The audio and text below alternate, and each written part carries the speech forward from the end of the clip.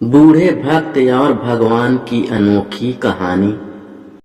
एक आदमी जो दिन भर राम नाम जपता रहा, अब वो बूढ़ा हो गया था।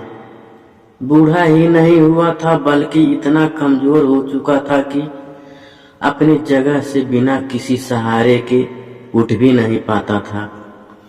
ऐसी स्थिति में भी उसने कभी राम नाम को अपने मन से अलग नहीं होने दिया। वो पूरा दिन मन से राम नाम लेता रहता। राम नाम की वजह से उसे अपनी तकलीफों को सहन करने की शक्ति मिलती। बूढ़े हो चुके उस आदमी को 2 बेटे थे जो उसे निष्कर्म करने में मदद करते। खुद अपने बूढ़े बाप की सहायता कर दिया करते। फिर धीरे धीरे जब बाप खुद बुलाता तब आते। लेकिन जैसे जैसे वक्त बीतता गया तो वो 2-3 बार पुकारने के बाद भी मुश्किल से आते और कभी कभी रात को ना भी आते। अब हालत ऐसी हो चली थी कि अक्सर बूढ़ा बिस्तर गंदा कर दिया करता और जब तक उसके बेटों से सहायता ना मिलती ऐसे ही गंदे बिस्तर में पड़ा रहता। बुढ़ापा बढ़ता जा रहा था, उसकी नजरें कमजोर हो चुकी थी। इतनी बदहाली में भी उस आदमी ने राम नाम का साथ नहीं छोड़ा था। एक बार बूढ़े को नित्य कर्म करना था। उसने आवाज लगाई और अगले पल किसी ने उसका हाथ बड़ी कोमलता से पकड़ा और उसे नित्य कर्म करवाकर उसके बिस्तर पर लिटा दिया। यह अब रोजाना होने लगा। जब भी बूढ़ा आवाज देता अगले ही पल उसकी मदद करने के लिए कोई आता और उसे उसके सारे काम कराकर वहां से चला जाता। नजर कमजोर हो चुकी थी, देखकर बूढ़ा उसे पहचान नहीं पाता था। लेकिन बूढ़ा जानता था कि यह उसके बेटे नहीं हो सकते और वह स्पर्श भी उसके बेटों का नहीं था। एक दिन जब बूढ़े आदमी ने अपने नित्य क्रिया करने के लिए अपने बेटों से मदद मांगी तब अगले ही पल उसे फिर से वही मुलायम वाला स्पर्श महसूस हुआ।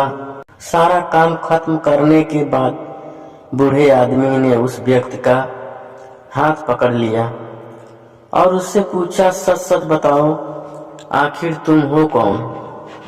तुम मेरे बेटे तो नहीं हो सकते।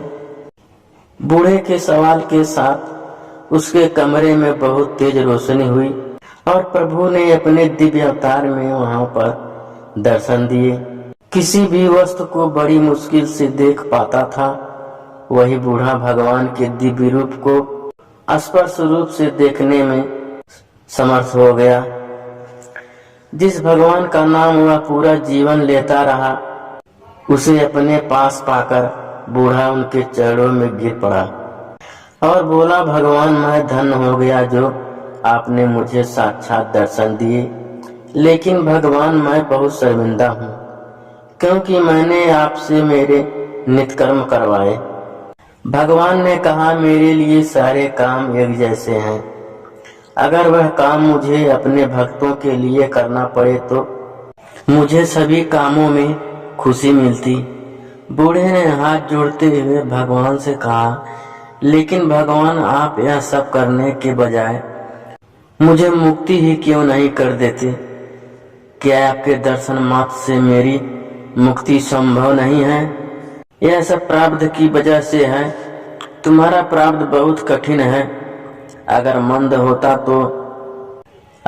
होता तो मेरे दर्शन मात्र से तुम मुक्त हो जाते।